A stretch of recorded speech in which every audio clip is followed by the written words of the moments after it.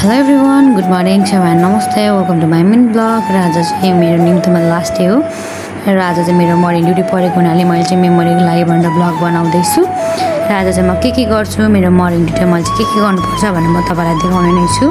आज चाहिँ पुरा घाम लागिरहेछ, आकाशमा एउटा पनि बादल छैन र म चाहिँ छाता उड्दै ड्युटी गरिरहेको छु। पुरा घाम लागिरहेछ। भन्दै नभन्दै म चाहिँ निम्तो पनि पुगेँ। अब चाहिँ म भित्र फिङ्गरप्रिन्ट लाउनु पर्ने हुन्छ र मैले चाहिँ रङ ह्यान्ड लगाइछु। अब मैले चाहिँ राइट ह्यान्ड लाउनु पर्ने हुन्छ। मैले चाहिँ राइट ह्यान्ड लगाइसकेँ। अब चाहिँ मैले इन्ट्री गरिसकेँ। अब चाहिँ म क्याफेतर्फ लाग्छु। देख्न सक्नुहुन्छ तपाईँहरूले क्याफे। यहाँ चाहिँ हामीले बेलुका कुसानहरू उठाएर राखेको हुन्छौँ, किनभने बेलुका पानीहरू पर्छ नि त, त्यही कारणले।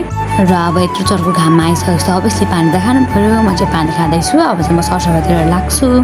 र अब चाहिँ सुरुमा चाहिँ झाडु लाउनु पर्ने हुन्छ, टेबलहरू पुस्नुपर्ने हुन्छ, कुसानहरू मिलाएर मप लाउनु पर्ने हुन्छ। र हामी चाहिँ मर्निङ ड्युटी आउँदाखेरि चाहिँ आउट ड्रेसमा आउँछौँ, किनभने ड्रेसमा आएर साथ दिनै हुँदैन नि त, किनभने सबै सरसफाइ गर्नुपर्ने हुन्छ। अहिले चाहिँ हामीसँग हाउसकिपिङ हुनुहुन्न, त्यही भएर सम्पूर्ण कामहरू हामी नै गर्नुपर्ने हुन्छ। र ड्रेसमा आउँदा चाहिँ ड्रेस फोरी हुन्छ नि त, त्यही भएर हामी मर्निङ आउँदाखेरि चाहिँ आउट ड्रेसमा आउँछौँ, डे ड्युटी आउँदाखेरि चाहिँ हामीहरू ड्रेसमै आउँछौँ। म चाहिँ यदि डे ड्युटी आएको भए चाहिँ म ड्रेसमा आएको हुन्थेँ, त्यही भएर अहिले चाहिँ म मर्निङ ड्युटी आएको, त्यही भएर चाहिँ हामी चाहिँ आउट ड्रेसमा आएको छौँ। र अब चाहिँ म झाडु लाउँदैछु। र भन्दै नभन्दै यहाँ चाहिँ लेनिसजी आइपुग्नुहुन्छ र ओहो अल्काजी भिडियो बनाउनु भएको भनेर त्यहाँनिर नाच्दै हुनुहुन्छ। उहाँको कामको कुरा गरेर बता चाहिँ निम्तमा सबै प्लस बारिस्टा प्लस बारटेन्डर पनि काम गर्नुहुन्छ। उहाँले चाहिँ अलराउन्डर हाल्नुहुन्छ, हल्का फुल्का भए पनि। उहाँ चाहिँ एकदमै फ्रेन्डली हुनुहुन्छ, एकदमै मिलानसार हुनुहुन्छ।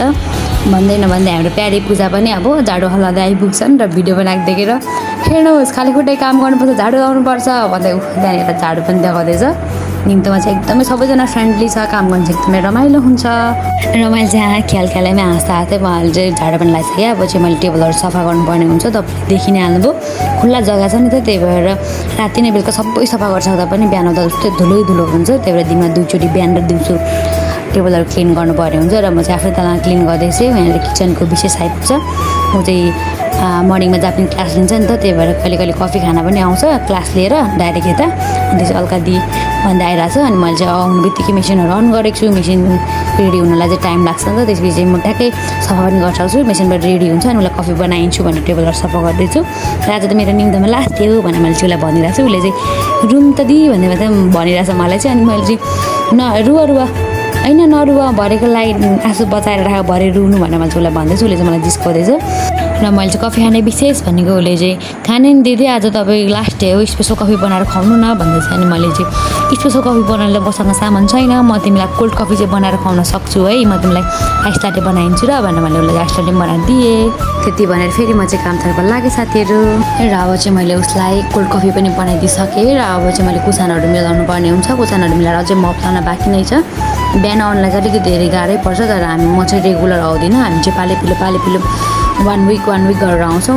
एकजना 1 विक मर्निङ ड्युटी आउँछ, एकजना 1 विक डे ड्युटी गरेर आउँछ। त्यसरी नै हामीले सेड्युल मिलाएको छौँ। त्यही भएर आज चाहिँ मेरो मर्निङ ड्युटी परेको थियो, आज लास्ट डे पनि हो। त्यही भएर म चाहिँ भ्लग पनि बनाउँछु, काम पनि गर्छु, रमाइलो गर्छु भनेर म चाहिँ आएँ। र अब चाहिँ मैले कुसानी मिलाउँदैछु। कुसानहरू चाहिँ हामीले बेलुकै हुले राखेको हुन्छ नि त, किनभने राति पानीहरू पर्न सक्छ, उसिनेर लाग्न सक्छ, थोरै हुन्छ भनेर सदा चाहिँ क्याबिनमा हाल्ने गरेका थियौँ। अनि त्यसपछि अहिले चाहिँ हामी क्याबिनमा गेस्टहरू पुरा बस्नुहुन्छ, त्यही भएर बेलुका हुन्न भ्याउँदैन र हामीले त्यहाँनिर राखेको हुन्छौँ। एकजुट बनाएर एक ठाउँ बनाएर राखेको हुन्छौँ। अनि अब चाहिँ मैले सबै कुसानहरू मिलाइसकेँ।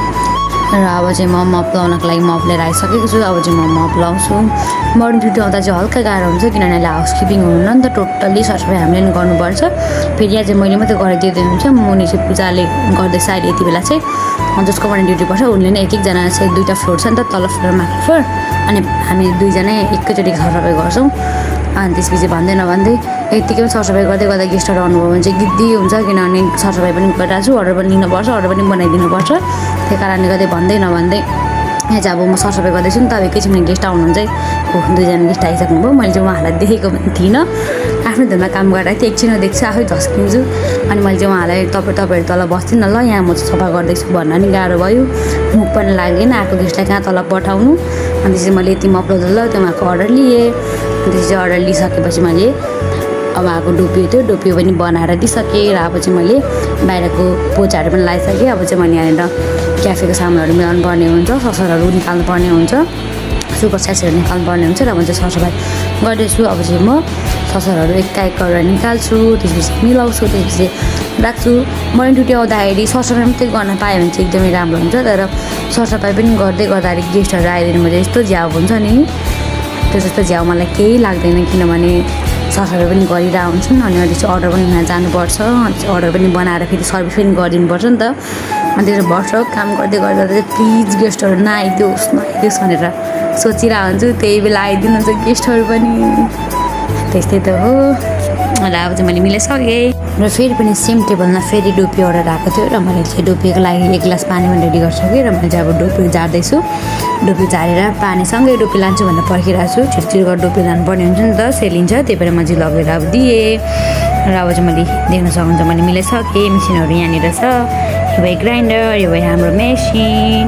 र यतिकोमा मैले चाहिँ भिडियो बनाउँदै गर्दा लिने चाहिँ अघि नाच्दै हुनुहुन्थ्यो, उहाँ चाहिँ भित्तामा पुगेर बिन्स पनि लिएर आइसक्नुभयो। मैले चाहिँ बेलुकै बिन्स अर्डर गराएको थिएँ नि त, त्यही भएर उहाँले चाहिँ बिन्स लिएर आइसक्नुभयो। र मैले चाहिँ हाम्रो कुन बिन्स हो लेन्सी देखाइदिनुहोस् त भनेर उहाँले चाहिँ हाम्रो हिमालयन अरेबिका बिन्स हो भनेर त्यहाँनिर पढेर पनि सुनाउँदै हुनुहुन्छ। र उहाँले चाहिँ अब मलाई दिनुहुन्छ र मैले चाहिँ ओ माई गड हाम्रो हिमालयन अरेबिका बिन्स भन्दैछु। अनि उहाँले चाहिँ के भन्दै हुनुहुन्छ, यो भिडियो हेरेर आउनुभयो भने तपाईँलाई म फुडमा 10% डिस्काउन्ट दिन्छु भन्दै हुन्छ। मैले चाहिँ ओ माई गड अनि कफी बिन्स देखाएर कफीमा चाहिँ डिस्काउन्ट दिनुहुन्न भन्दाखेरि उहाँले चाहिँ मेरो फोन खोजेर त्यो त मैले दिन मिल्दैन, हाम्रो सिनियर बारिस्टाले दिनुभयो भने मिल्छ, मैले चाहिँ त्यो कफीमा दिन मिल्दैन, म चाहिँ फुडमा दिन मिल्छ भन्दै हुनुहुन्छ। र म चाहिँ काम गर्दा गर्दा भोक पनि लाग्यो र मैले चाहिँ केही थिएन, त्यही भएर वाटरमेलन काटेर अब खानुपर्ने हुन्छ। र अब चाहिँ म ब्रेक जानुपर्ने हुन्छ र मैले चाहिँ रेसीलाई सबै मेसिनहरू सुम्पेर अब चाहिँ म 3 घन्टाको लागि ब्रेक जाँदैछु साथीहरू।